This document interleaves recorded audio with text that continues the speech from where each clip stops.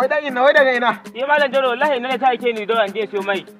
Ta ake ka siyo mai? To kuma ita inna bata san hiriri tarka ba za ta aike ka siyan mai?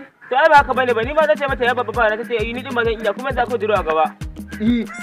Akwai duro a gaba? Yanzu dai ya da mu baro tukunna. Me za a siyo a cikin duro? Mai na din ne ban aka zuba min a duro shi na ka zuba saboda za a yi bincike yau donan din. Duka dai a man roban? Wani roban ne za a zuba a cikin nan? Kullum da muke siya har abincin dare ma. Lillahi wa inna ilaihi raji'un. Inna lillahi wa inna ilaihi. Ni nake ganin duniya. Na yi mahaukaci kani wallahi tallahi. Wallahi tallahi na yi kani mahaukaci. Duka a cikin nan za a zuba man yoban? Saboda hauka? Wannan ai yana abincin yau ne ma.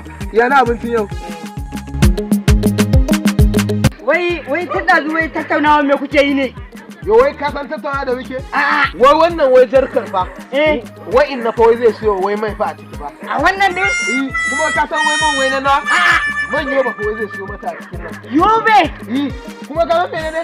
Laifin inna ce. Ta san wannan yaron mahaukaci ne. Ko kuma za ta aike ta ka duba fa. Ka duba fa yanda yake. Da fa yanda yake ba.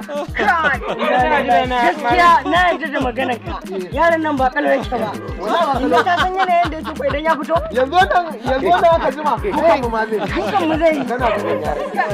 Ka gani? Ka gani? Gaskiya ka go.